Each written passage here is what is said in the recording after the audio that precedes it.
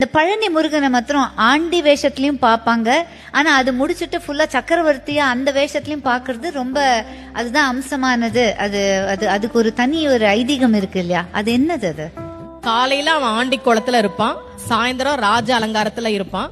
காலையில நீங்க வாழ்க்கையில எதுவுமே இல்லாம அவன் முன்னாடி போய் நின்னாலும் அன்றைக்கு மாலைக்குள்ளேயே உங்கள் வாழ்க்கையில் அவன் ஒரு மிகப்பெரிய மாற்றத்தை நிகழ்த்தி காட்டுவான் அப்படின்றதா ராஜ அலங்காரம். நான் பழனிய பத்தி சொல்லணும். தமிழ்நாட்டுல முதல்ல ஒரு கோவில்ல தங்கத்தேர் வந்ததுன்னா அது பழனியில தான். அதை உருவாக்கியவர் ஒரு தனி நபர். VVCR முருகேசர் அவர் பேரு. 1947 அவர் மட்டும் ஒரு தங்கத்தேர் பழனிக்கு உருவாக்கி கொடுத்தார். இன்னைக்கும் அந்த தங்கத்தேர் தான் பழனியில இருக்கு. அதன் பிறகுதான் மற்ற கோவிலுக்கு வந்தது. விடுதலை கிடைச்ச கையோட ஒரு தங்கத்தேரையும் வாங்கிட்டாரு போல இருக்கு. ஏன் ஒரு தனி நபர் பழனி கோவிலுக்கு தங்கத்தேர் செஞ்சு கொடுக்கணும்? அவருக்கு ரொம்ப வருஷமா குழந்தை இல்ல. முருகன் கிட்ட, பழனி முருகன் கிட்ட மனமுருகி வேண்டார்.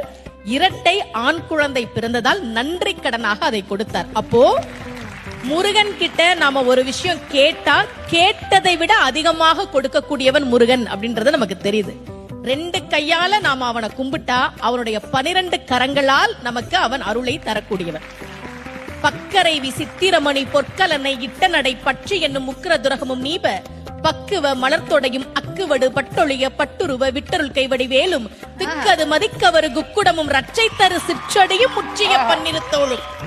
தமிழ் இது முருகனே சொன்ன திருப்புகள். முருகன் ஏன் காலை சின்னதா வச்சிருக்கான் தெரியுமா? நாமெல்லாம் புடிச்சுக்கிறதுக்கு வசதியா சின்னதா வச்சுக்கிறான். அந்த சின்ன காலை நம்ம புடிச்சுக்கிட்டா பெரிய கையால இந்தா வச்சுக்கோ என்று கொடுக்கக்கூடியவன் தான் முருகப்பெருமான். Download ShareChat.